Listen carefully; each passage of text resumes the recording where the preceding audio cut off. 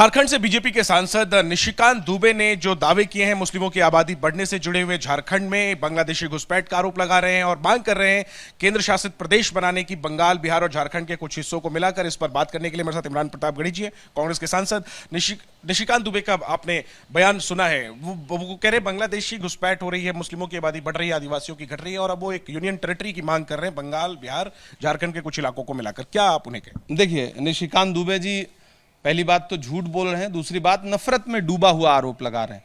और अगर वो ये आरोप लगा रहे हैं तो दरअसल वो अपने गृह मंत्री पर सवाल खड़ा कर रहे हैं, अमित शाह जी पर सवाल खड़ा कर रहे हैं। वो गृह मंत्री का जो मंत्रालय है वो इसका मतलब अवैध घुसपैठ नहीं रोक पा रहा है, तो बहुत बड़ा सवालिया निशान अमित शाह जी पर है, गृह मंत्रालय पर। और दूसरी महत्वपूर्ण बात कि इससे पूर्व तो भारतीय जनता पार्टी की सरकार थी, रघुवर दास 5 साल मुख्यमंत्री थे वहां के, इसका मतलब वो रघुवर दास पर भी सवाल उठा रहे हैं। और अब यह कि यूनियन टेरिटरी बना दो, जहां जहां भाजपा न जीते वहां वहां यूनियन टेरिटरी बना दो। चूंकि सीमांचल में कांग्रेस पार्टी और आरजेडी के एमपीज जीत गए, चूंकि बंगाल में ममता बनर्जी जीत गई, आपकी दाल नहीं गली वहां पर, चूंकि झारखंड में दुमका और राजमहल जेएमएम जीत गई, तो यूनियन टेरिटरी बना दो। यह सबसे अच्छा तरीका है। संविधान को कुचलो, राज्यों के अधिकार छीनो, फेडरलिज्म को गोली मारो और यूटी बना दो, यहां से कंट्रोल करो।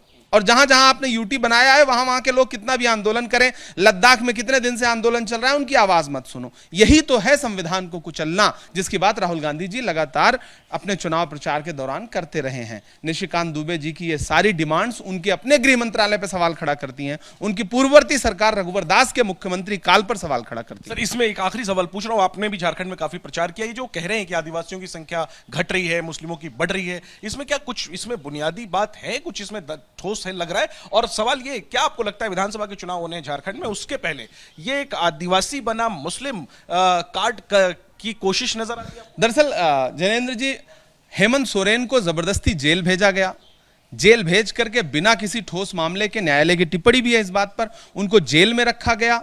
और जब वो जेल से छूट के लौटे हैं तो आदिवासियों में जो गुस्सा है भारतीय जनता पार्टी के खिलाफ, उसको डिरेल करने के लिए इस तरह से बातें की जा रही हैं। क्योंकि राजमहल हो, दुमका हो, एकजुट होकर के आदिवासियों ने, पिछड़ों ने, दलितों ने, अल्पसंख्यकों ने इंडिया गठबंधन को वोट दिया है। उस एकजुटता से बौखलाई हुई भाजपा इस तरह के आरोप लगा रही है। ठीक है, शुक्रिया इमरान बात करने के लिए। तो सीधे तौर पर कांग्रेस खारिज कर रही है निशिकांत दुबे की बातों को, आरोपों को और मांग को, और साथ में पलटवार ये कि निशिकांत दुबे की बात अगर सही है तो फिर तो ये सवाल उठता है केंद्र सरकार पर, क्योंकि बीते 10 सालों से केंद्र में बीजेपी की सरकार है।